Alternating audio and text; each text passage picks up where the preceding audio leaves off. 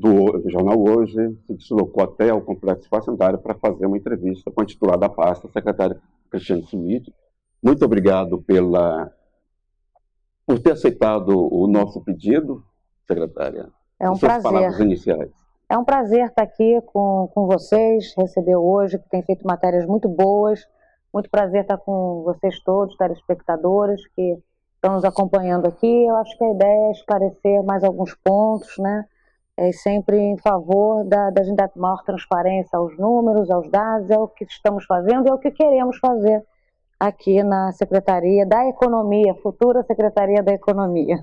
Secretária, são 25 dias de governo. Parecem 250, não? Tudo isso, secretária? Parece, não parece? Pela intensidade e por tudo que a gente tem até conquistado aqui, com alguns avanços do entendimento do que está acontecendo.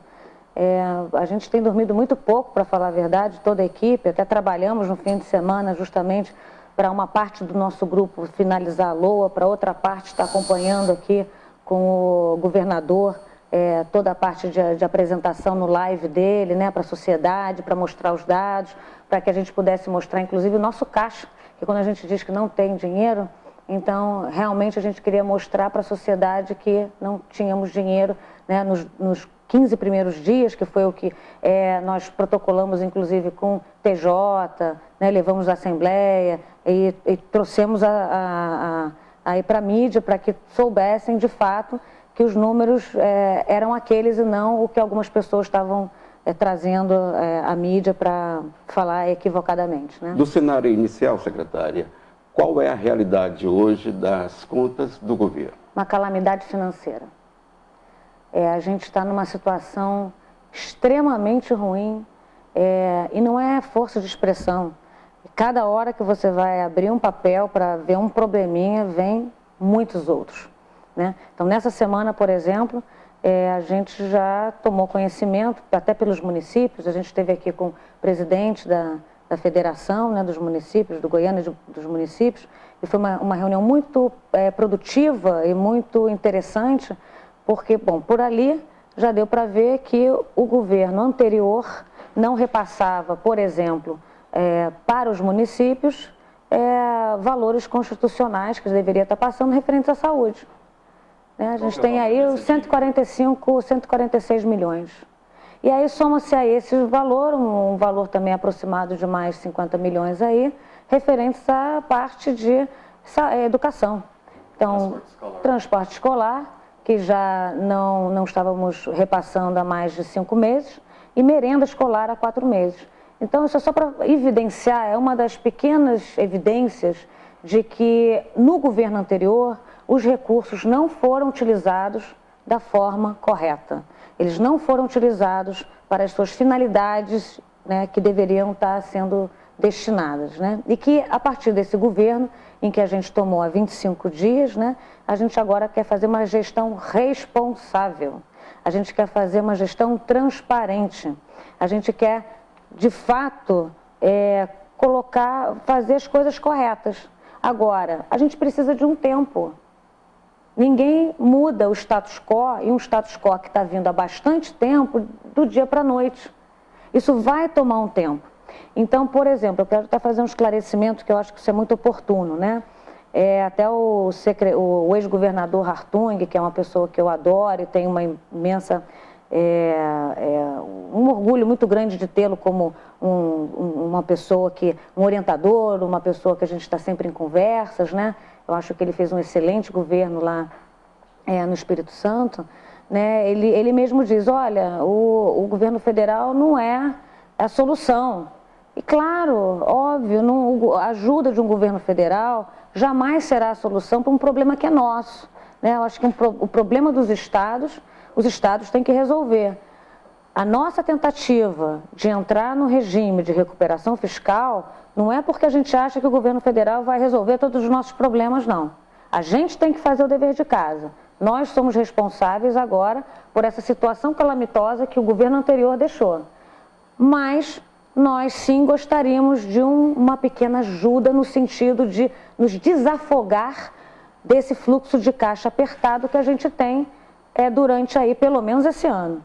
que é um fluxo, só para finalizar, é um fluxo de caixa negativo. Em todos os meses nós temos um saldo negativo.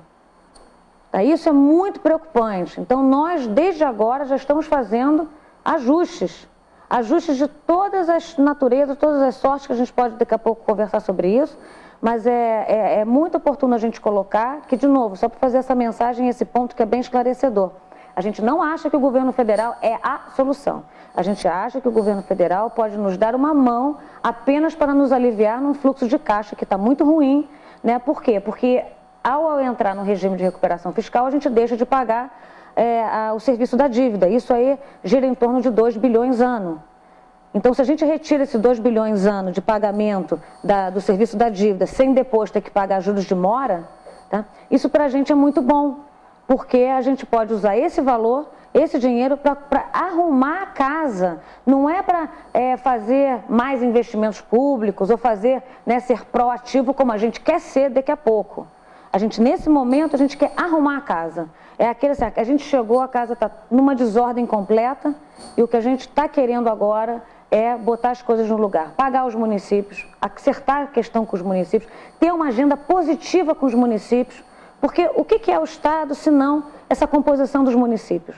Então, portanto, a gente quer dar as mãos para todos os prefeitos, a gente quer andar de braços dados, a gente quer fazer o que for possível para levar a boa política pública ao cidadão comum, aquele que está lá na ponta, né? Aquele que vai à escola, que precisa da escola pública porque não teve condições e oportunidades, né, que alguns tiveram, né? A nossa distribuição de renda do Brasil é muito ruim e Goiás faz parte do Brasil.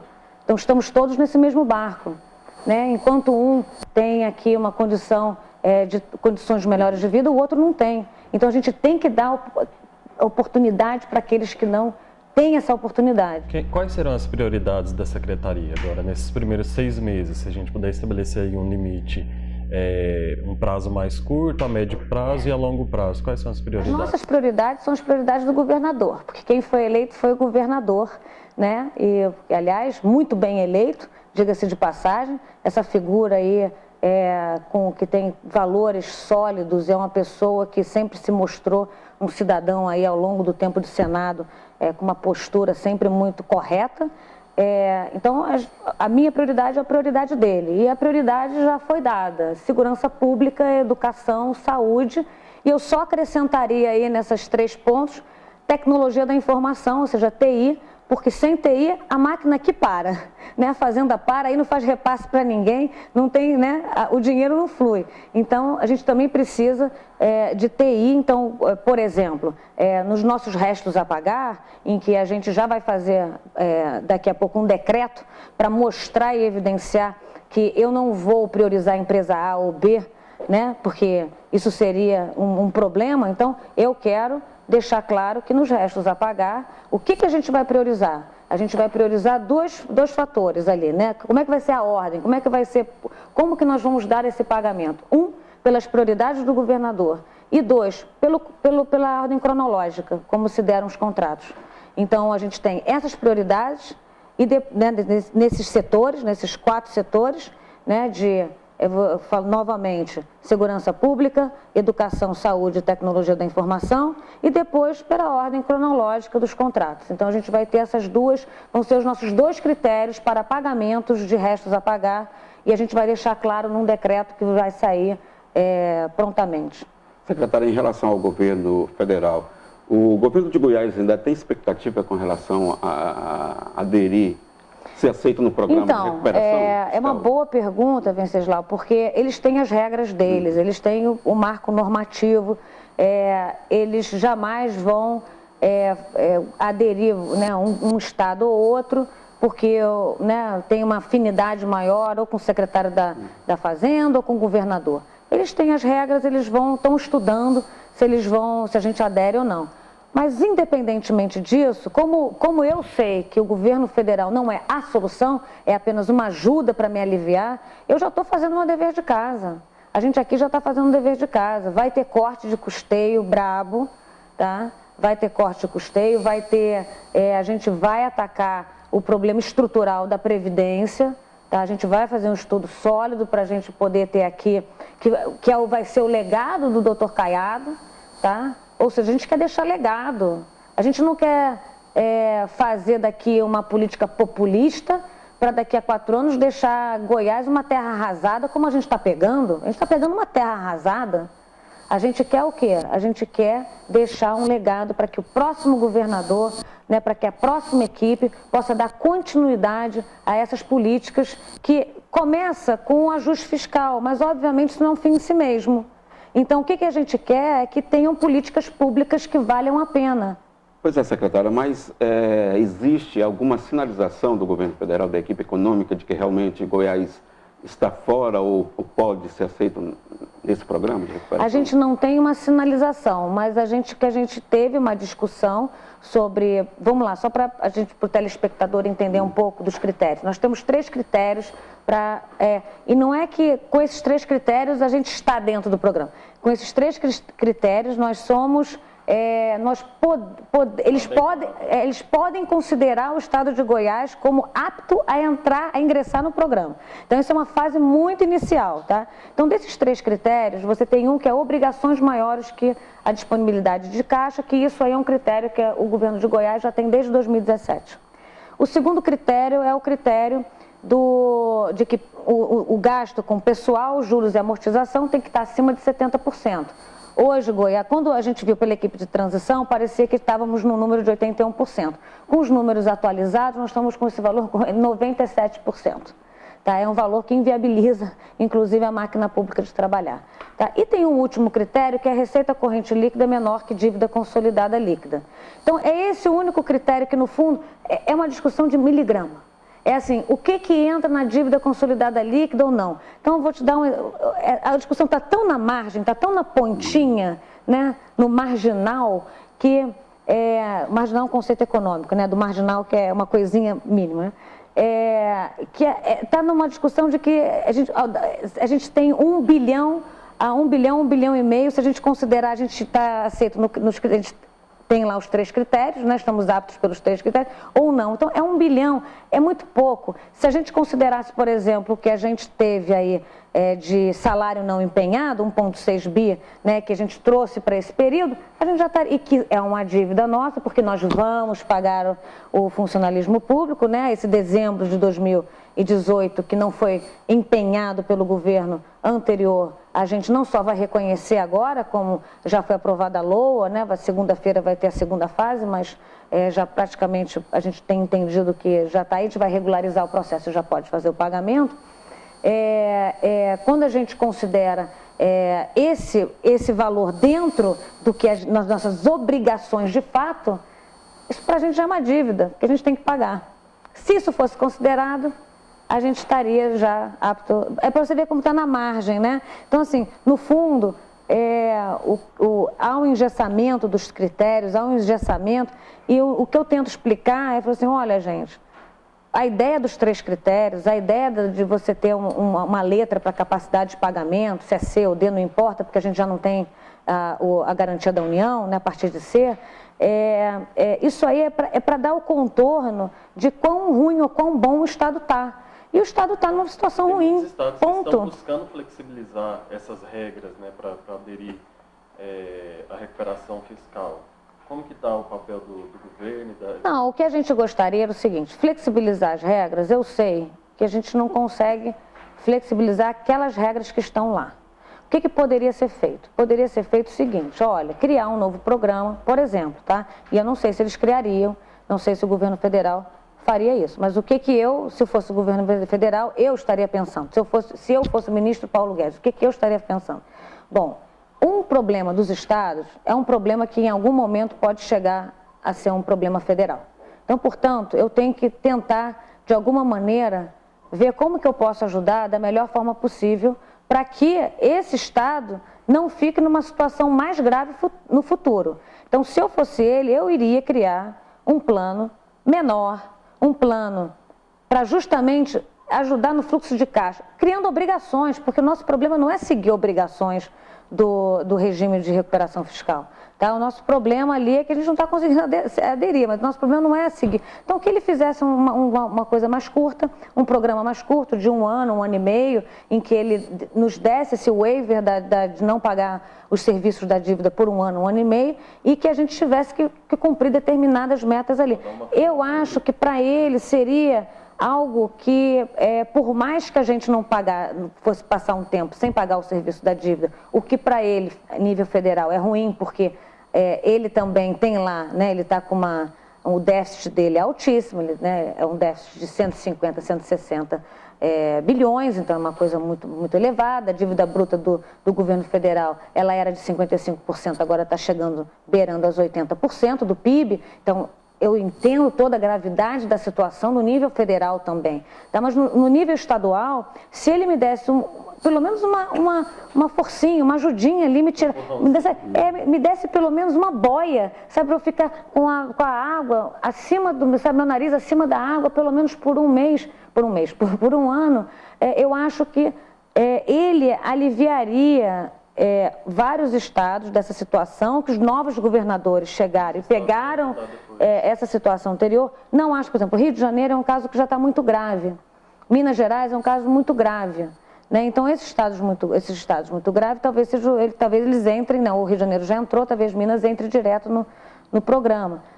Mas aqueles estados que estão assim, quase que aderindo todos os critérios, estão numa capacidade de financiamento ruim, ou seja, estão no entorno, você pegar todo o entorno, não está numa situação boa, seria adequado que ele desse uma mão, porque aquele governo que está chegando, se ele se mostrar, se ele botar algumas obrigações, tá, que são obrigações que eu já vou fazer, ele dizendo ou não, mas se ele botasse as obrigações, mas eu, como estando no pé dele, eu falei o seguinte: olha, vou te botar algumas obrigações, vou te dar aqui 1 ano, 1 ano e meio, para tentar te tirar dali. Tá? Então, isso que eu faria. Ele poderia fazer uma flexibilização na lei da responsabilidade fiscal? Também poderia. Tá? Então, ele poderia ali fazer botar uns adendos à lei, né? Tentando flexibilizar essa lei. Então, poderia ser por um novo instrumento legal ou dentro da própria lei, que ele poderia falar o que você falou no começo, dar essa flexibilizada. Não sei se ele faria por aí, mas, enfim, é algo que eu não posso responder pelo governo federal, né? Mas que eu gostaria. Sim. Eu gostaria. Na gestão da ex-secretária Ana Carla Abrão, foi gestado aqui na Cefaz um anteprojeto de lei que criava a lei de responsabilidade fiscal estadual. Perfeito. Se essa lei estivesse em vigor, facilitaria nesse cenário de terra arrasada como pré-governo. Então, a senhora defende essa lei? Não, eu acho que essa lei é ótima. Aliás, a Ana Carla fez um serviço excelente aqui para Goiás, eu acho que foi uma excelente secretária, mas é só para a gente notar a fragilidade que tem as contas públicas, né? Bastou ela sair que a gente tornou, em muito pouco tempo, mas em muito pouco tempo, Goiás numa terra arrasada, né? Então, certamente, se ela não tivesse aqui, a gente estaria numa situação provavelmente muito pior do que a gente está, porque ela fez uma excelente gestão aqui para Goiás no que toca as finanças públicas, né? Mas então, essa lei é uma lei que, se tivesse sido aprovada lá, e se tivesse valendo desde aquela ocasião, acho que teria ajudado sim a gente não estar nessa situação hoje. A pergunta é, hoje valeria a pena a gente ir adiante com essa lei? Nesse momento atual, que é um momento atual muito ruim de calamidade financeira, eu não faria isso agora, mas daqui a pouco sim. Então eu teria que me ajustar, né? Teria que arrumar a casa, e eu acho que essa lei é bem importante para tentar manter uma gestão responsável das pessoas que estão governando os estados. Ela seria criada, então, na sua gestão, eu acho que futuramente essa é uma muito boa ideia, que eu gostaria, sim, de ir adiante, né, de rediscutir essa lei da responsabilidade estadual. Eu acho ela importante. O problema de colocá-la agora é que os números são muito ruins, né? O problema de colocá-la agora é que eu não teria tanto tempo para me ajustar. Então, eu tenho que me ajustar primeiro, eu tenho que arrumar a casa, né, para então botar uma lei como essa, já com a casa arrumada, justamente para que os próximos que entrarem já estarem com a casa arrumada e manterem a casa arrumada. Essa que é a ideia. Secretária, o governo de Goiás está impedido de pegar empréstimos com garantias honradas pela União até o mês de setembro. Alguma forma já está sendo trabalhada de reverter esse quadro, de tentar garantir o empréstimo antes desse prazo de setembro? Então, o negócio é o seguinte, a gente está com a letra C no CAPAG, então, independentemente de C ou D, é esse o resultado, a gente não tem garantia da União. Se a gente quiser reverter, a gente tem que fazer um dever de casa. Não é pedindo... Não, a gente tem que reverter a situação fiscal que a gente está. Então, o buraco é mais embaixo, porque você tem que trabalhar tanto do lado das despesas quanto do lado das receitas para que a nossa capacidade de financiamento melhore. Porque a capacidade de financiamento, no fundo, é um resultado de várias análises, de 3 análises de indicadores sobre a situação fiscal. Então, para a gente melhorar a nossa letrinha, para ir para B ou A, eu quero terminar o governo em A, Para a gente terminar lá o governo em A, ou ficar pelo menos em B, a gente precisa fazer um dever de casa nas finanças públicas, nas contas que a gente tem. Então, a gente tem que fazer um trabalhozinho, que é esse de pegar a despesa, botar para baixo, tentar de alguma maneira incrementar as receitas, para que, como consequência, a gente melhore a nossa capacidade de pagamento e, como consequência, conseguir pegar créditos com o aval, com as garantias da União. Secretária, nós já estamos praticamente com o tempo esgotado. O papo está muito bom. Mas antes de finalizar, eu gostaria que a senhora se posicionasse sobre a questão da reforma da Previdência Estadual. Sim. No início de 2017, o então governador Marconi Perillo enviou para a Assembleia um projeto aumentando o valor da alíquota para os servidores.